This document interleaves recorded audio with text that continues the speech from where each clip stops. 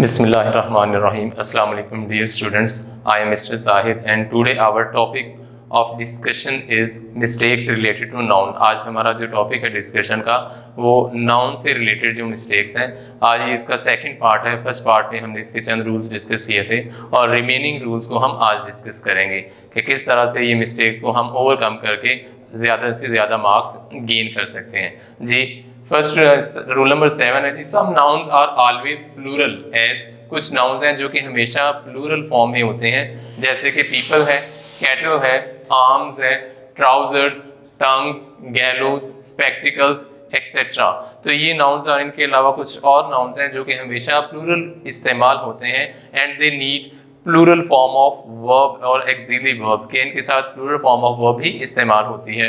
Example की तरफ आते हैं, जैसे सम पीपल इज या आर प्रोटेस्टिंग अगेंस्ट करप्शन। तो यहाँ पे दोनों ऑप्शंस मैंने दिए हैं, इज और आर, लेकिन यहाँ पे क्योंकि इट नीड्स प्लूरल वर्ब और हेल्पिंग वर्ब तो यहाँ पे हम आर इस्तेमाल होगा, जो करेक्ट आंसर होगा some people are protesting against corruption. Your spectacles is या आर लूज, कि आपकी जो एनक है इज या आर, तो यहाँ पर भी ये प्लूरल को रिप्रेजेंट करता है। स्पेक्टिकल्स जो वर्ड है तो यहाँ पे भी आर इस्तेमाल करेंगे हम जो हेल्पिंग वर्ब है, तो योर स्पेक्टिकल्स आर लूज। जी नेक्स्ट रूल है, रूल नंबर 8 है, all nouns are replaced by, all nouns are replaced by third person pronoun, कि जब भी नाउन्स के आगे हमने प्रोनाउन का इस्तेमाल करना है तो वहाँ पे थर्ड पर्सन प्रोनाउन यूज करना है, ना कि सेकंड और फर्स्ट पर्सन आएगा। और ये अक्सर जो मिस्टेक है जो कि तुलबा कर जाते हैं। देखते हैं जी इसकी एग्जांपल की तरफ, जैसे people should mind your own business, your या देयर, तो पीपल ये प्लूरल नाउन है, तो प्लूरल नाउन के साथ जो प्रोनाउन भी हम प्लूरल ही यूज करते हैं, तो ये सेकंड पर्सन यहाँ पे यूज नहीं होगा, देयर होगा third person. People should mind their own business, के लोगों को अपने कामों से काम रखना चाहिए। जी नेक्स्ट रूल है जी, all singular nouns are replaced by third person singular pronouns. इससे ऑब्वियस बात है कि अगर हमारे पास सब्जेक्ट सिंगुलर नाउन होगा तो वो अब उसको रिप्लेस भी थर्ड पर्सन सिंगुलर नाउन करेगा, और अगर हमारे पास जो नाउन है वो प्लूरल नाउन होगा तो वो रिप्लेस भी उसको आगे थर्ड पर्सन प्लूरल नाउन करेगा। तो ये जो मिस्टेक है जो अक्सर स्टूडेंट कर जाते हैं, तो उसके लिए हम एग्जाम्पल की तरफ आते हैं। The coach will try their या his best, the coach will try, coach क्योंकि सिंगुलर नाउन है तो इसके लिए हम विल ट्राई हिज बेस्ट आएगा, कि वो अपनी पूरी कोशिश करेगा टू गाइड द प्लेयर्स को गाइड करने के लिए। सेकंड एग्जांपल है, the doctor will try his या your best to save the patient. तो यहाँ पे doctor as a singular noun use किया है, तो यहाँ पर प्लूरल हम इसका जो प्रोनाउन है वो भी सिंगुलर यूज करेंगे, the doctor will try his best to save the patient. Next rule की तरफ चलते हैं जी, gender free nouns and collective nouns. जो जेंडर फ्री नाउन्स होते हैं या कलेक्टिव नाउन्स होते हैं वो they are replaced by it, तो उनको रिप्लेस करते हैं, प्रोनाउन इट से रिप्लेस किया जाता है जो जेंडर फ्री नाउन्स होते हैं या कलेक्टिव नाउन्स होते हैं। एग्जाम्पल देखते हैं, द कमेटी अनाउंस्ड देयर या इट्स डिसीजन। तो यहाँ पर कमेटी ये जेंडर फ्री नाउन है, तो यहाँ पर देयर नहीं आएगा, इट्स आएगा। The committee announced it's decision, के कमेटी ने अपना जो फैसला है उसको ऐलान कर दिया। नेक्स्ट है जी रूल नंबर 11 की तरफ आते हैं। कलेक्टिव नाउन्स हैं, जैसे आर्मी है, क्लास है, ज्यूरी है, टीम है एक्सेट्रा, तो they always carry replace by it, कि ये भी जो है रिप्लेस बाय इट, ये भी थर्ड पर्सन प्रोनाउन इट से रिप्लेस किया जाता है। एंड एग्जाम्पल की तरफ आते हैं बेटा, जैसे the class has done their या इट्स टेस्ट, तो class has done its test आएगा, देयर टेस्ट नहीं आएगा, तो class as a collective noun use हुआ है, तो कलेक्टिव नाउन भी replace by singular third person pronoun से हम रिप्लेस करते हैं, तो यहाँ पे इट से रिप्लेस होगा। अच्छा, the jury were divided in its या their opinion, the jury were divided in its या देयर ओपिनियन, तो यहाँ पर जब भी ज्यूरी है या कमेटी है जो कलेक्टिव नाउन्स हैं, जब वो एक पॉइंट पे अग्री होंगे तो वहाँ पे हम हेल्पिंग वर्ब भी सिंगुलर यूज करेंगे और इसका प्रोनाउन भी सिंगुलर यूज करेंगे। लेकिन अगर वो एक पॉइंट पे एग्री नहीं है, डिवाइडेड है, तो वहाँ पे हम इसका हेल्पिंग वर्ब भी प्लूरल यूज करेंगे और इसके साथ प्रोनाउन जो इस्तेमाल होता है वो भी प्लूरल यूज होगा। तो यहाँ पर the jury were divided in it's नहीं आएगा, इन देयर वर्डिक्ट आएगा। तो यहाँ पे करेक्ट आंसर वो देयर होगा, क्योंकि वो डिवाइडेड है, वो एक पॉइंट पर अग्री नहीं है। या अगर ये सेंटेंस अगर हम इसकी एक और एग्जांपल लें, जैसे the committee is unanimous in its decision, is unanimous in its decision के जो कमेटी है वो अपने फैसले पर मुत्तफिक है, रजामंद है। तो वहाँ पर हम इट्स का यानी कि अगर एक पॉइंट पे एग्री होते हैं तो वहाँ पे हम हेल्पिंग वर्ब भी और इसका प्रोनाउन भी सिंगुलर यूज करेंगे, और अगर वो डिवाइडेड है, एग्री नहीं होते, तो वहाँ पे प्लूरल यूज होगा, वर्ब और प्रोनाउन दोनों वर्ब प्लूरल यूज करेंगे। नेक्स्ट रूल की तरफ आते हैं जी। कॉमन नाउन्स हैं एनिमल्स में, जैसे representing the whole class are preceded by article.